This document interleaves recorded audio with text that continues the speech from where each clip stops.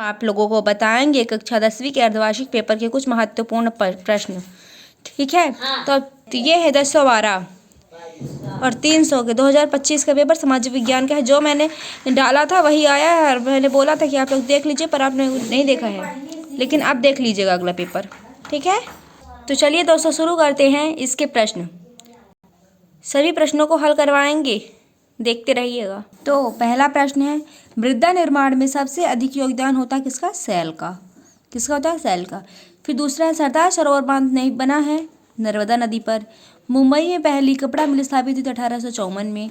सिंघली को श्रीलंका में कब राजभाषा घोषित किया गया? 1956 में। राष्ट्रीय विकास का अर्थ है उपरोक्त सभी: आर्थिक विकास, चंद्रमुखी विकास, सामाजिक विकास। ठीक। छठवां है, भारत किस प्रकार का उत्पादक देश है? ठीक, विनिर्मित। भारत किस प्रकार का है? विनिर्मित। अब हम चलिए कुछ आगे के प्रश्न बताते हैं। इसी में आपका जो इंग्लिश मीडियम वाले उनके लिए भी है। तो इसमें हो गया, the greatest constable to soil formation is button. इसमें भी इसी प्रकार से दिए हुए हैं। ठीक है ना। तो मैं हिंदी मीडियम वाले को बता रहा हूँ, इंग्लिश मीडियम का अलग से अपलोड करूँगी। ठीक है।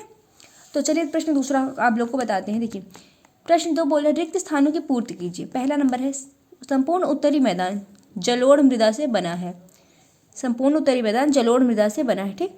दूसरा क्या है, देश में आधे से अधिक वन आरक्षित वन घोषित किए गए हैं।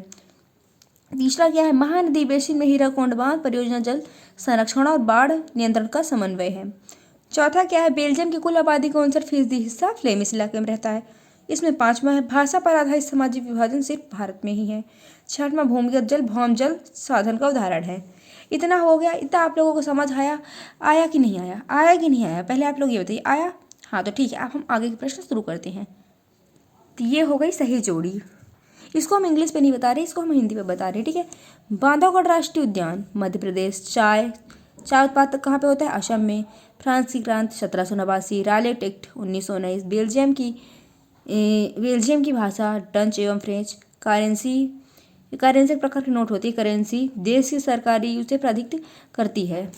ठीक है। अब आगे के प्रश्नों को हम बताएंगे, इस प्रकार से हैं। ठीक है। तो देखिए, मध्य प्रदेश में स्थायी वनों के अंतर्गत सार्वजनिक वन क्षेत्र है। सत्य। बहुउद्देशीय योजनाओं के कारण भूकंप आने की संभावना बढ़ जाती है। सत्य। 1805 में फ्रांस की क्रांति की शुरुआत हुई है। सत्य।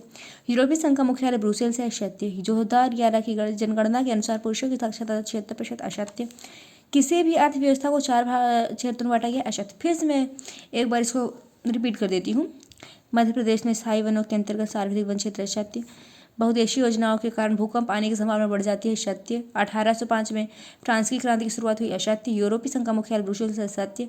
2011 की जनगणना के अनुसार पुरुषों की साक्षरता 76% है। असत्य।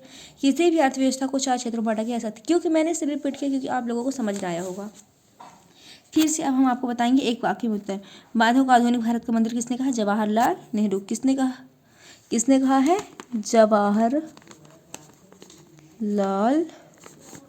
नेहरू ने। किसने कहा है? जवाहरलाल नेहरू ने। ठीक है। पवन और सौर ऊर्जा संसाधनों के बहुतायत राज्य हैं महाराष्ट्र, मुंबई और उत्तराखंड। ठीक। 2011 की जनगणना के अनुसार फिर मैं आपको इसमें एक वाक्य उत्तर है, इस पर ज़्यादा ध्यान मत दीजिए, इधर बताते हैं इसमें कौन कौन से क्वेश्चन आए हुए थे। आरक्षित वन क्या है? परिस्थिति तंत्र से क्या तात्पर्य है? आवरणीय किसे कहते हैं? जैव विविधता क्या है? रोपण कृषि की 2 विशेषताएं लिखिए। जूट का सुनहरा रेशा क्यों कहा जाता है? रबी और खरीफ फसलों के नाम बताइए। जायद की फसलें कौन सी है? फेड्रिक सहयोग कौन था? जाल विराम कौन था? ठीक। अब इसमें हो गया, पैकेटिंग क्या अर्थ है? गिरमिटिया मजदूर किन्हें कहते हैं? कानला क्या है? हायर परचेज व्यवस्था क्या थी? आयात शुल्क से क्या आशय है? हिंदी द्वितीय विश्व युद्ध में मित्र राष्ट्र और धुरी शक्तियाँ कौन कौन सी हैं? ठीक। सत्ता की 36 बंटवारा क्या है? श्रीलंका में कुछ तमिलों को भारतीय तमिल क्यों कहा जाता है? धर्मनिरपेक्ष का शासन क्या है? लैंगिक असमानता का क्या अर्थ है? ठीक। इतना तो आ ही गया होगा आपको समझ। अब हम आपको इस पे बताते हैं। शहरी क्षेत्र में रोजगार पैदा कर 2 उपाय लिखिए। संगठित क्षेत्र के 2 विशेषताएं लिखिए। वर्ष 1991 से पूर्व भारत के विदेशी व्यापार की नीति। इस तरह सारे प्रश्न हैं। आपको वीडियो अच्छी लगी तो हमारे चैनल को सब्सक्राइब जरूर करना दोस्तों। चलो बाय बाय, फिर अगर मिलते हैं अगले वीडियो पर।